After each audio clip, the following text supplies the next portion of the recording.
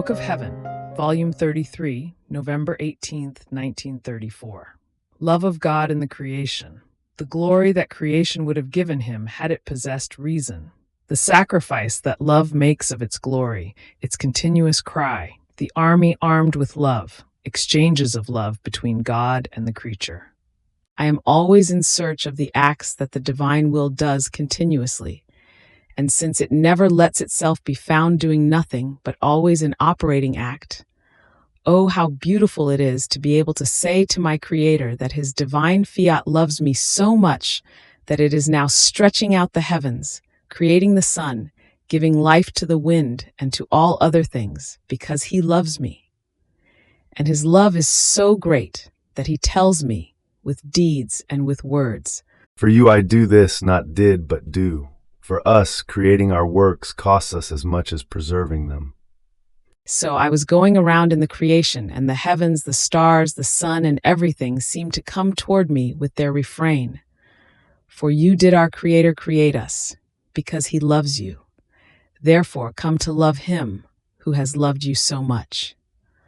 I was wandering within created things, and my always lovable Jesus coming toward me, making me pause, told me, My little daughter of my divine volition, our love in creation was so great, and it still is, that if the creature paid attention, she would remain drowned by our love, and would be able to do nothing but love us. Listen, my daughter, to what extent our love reached for the creature.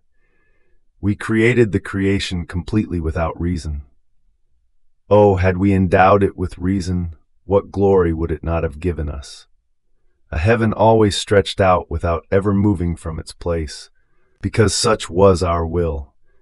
A sun that faithfully, while never changing, acts as the administrator of our light, of our love, of our sweetness, of our fragrances, and of all our goods, without ever changing its action, and only because so we wanted. If it had reason, what glory would it not have given us? A wind that always blows, ruling within the great void of the universe, a sea that always murmurs. Had they possessed reason, how much glory would they not have given to us? But, no, the cry of our love cried out louder than our glory, and almost prevented us from giving reason to creation. And crying out loudly, it said to us, "It is for love of the creature that we have created everything. Hence, to her give reason, that she may come into the heavens to requite us with incessant love and perennial glory, because we stretched out a heaven over her head. And in each star let us hear her cry of love that loves us with unmovable love. Let her come into the sun, and transforming herself into it, as if it were her own, let her requite us with love of light, with love of sweetness, and give us requital of love for the administration of our goods that the sun gives to her. Therefore, we want the creature in all created things by right of justice, that she may give us the requital that they would have given us if all creation had reason. This is why, then, we endowed her with reason, and we want our will to dominate her and hold its royal place in her as it does in the creation, so that, being unified with all created things, she might comprehend all of our notes of love toward her, and would requite us with her own notes of incessant love and of perennial glory. We never cease loving her, with deeds as well as with words, and she is obliged to love us always, and not to fall behind, but come toward us and place her love upon our same loving notes. Furthermore, our love that never says enough wants to always give to the creature, nor is it content if it does not find new inventions of love in order to say to her, "I have loved you always and with love operating." Therefore our fiat placed inside each created thing and invested them with a love, one distinct from the other, so as to say to her, "I love you powerfully."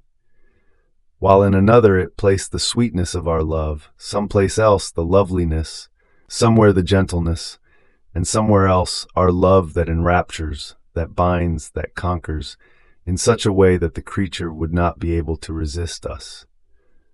In sum, in each created thing we place the weapon of our distinct love. We can say that our fiat put out in creation an army armed with love, with weapons, one more powerful than the other. And by endowing the creature with reason, she was to comprehend and receive these weapons of love by means of created things. And by remaining invested with these specialties of weapons of love, she would be able to tell us, not only with words, but with deeds, just as we do. I love you with powerful love. My love for you is sweet. It is lovable and gentle, so much so that I feel myself languishing. I feel faint. I feel the need of your arms to sustain me, and upheld by you, I feel that my love enraptures you, binds you, conquers you. These are the same weapons of love with which you armed me, that are loving you and are waging battle in order for us to love each other.